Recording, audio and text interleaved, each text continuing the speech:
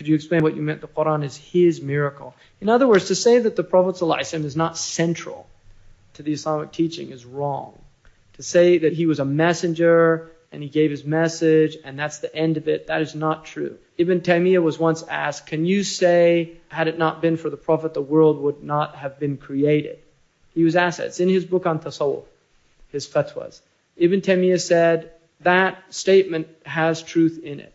And he said the reason is that everything that is less virtuous serves the more virtuous. And so the example he gives is that you can kill animals for the benefit of humans, because humans are higher. We're higher. We don't believe like Helen Caldecott, who I like, but she thinks all animals are equal. A dog has as much right to be here as a human being. Well, a dog does have a right to be here and does have rules in Islam, legislated for protecting animals and things like that. But an animal has more right to be here. And that is why if a dog threatened the life of an animal, that you kill the dog. If a dog threatened the life of a human, you kill the dog. Whereas if a human threatened the life of a dog, you don't kill the human. I mean, he's doing something wrong, but you don't kill him. And even this society accepts that as a principle. So the idea that all animals are equal is not true.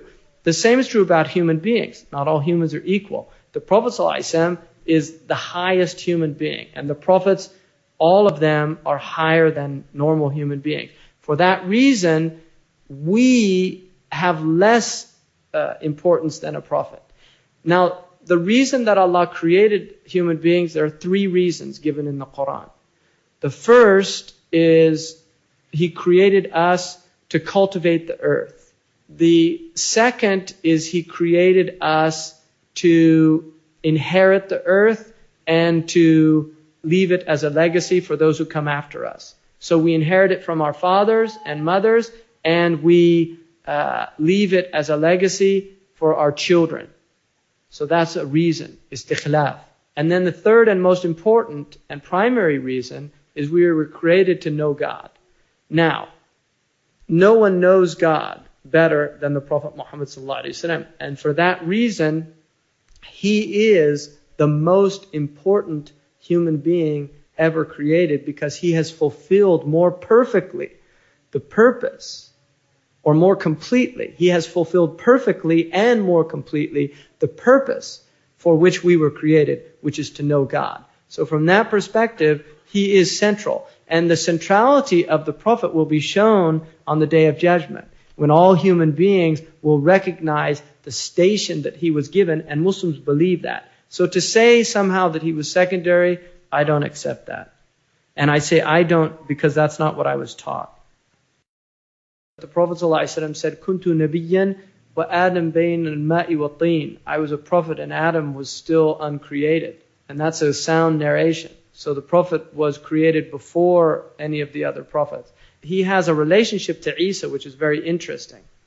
Isa is described as being like Adam. And the Prophet is a prophet after Adam, and yet he was created before Adam.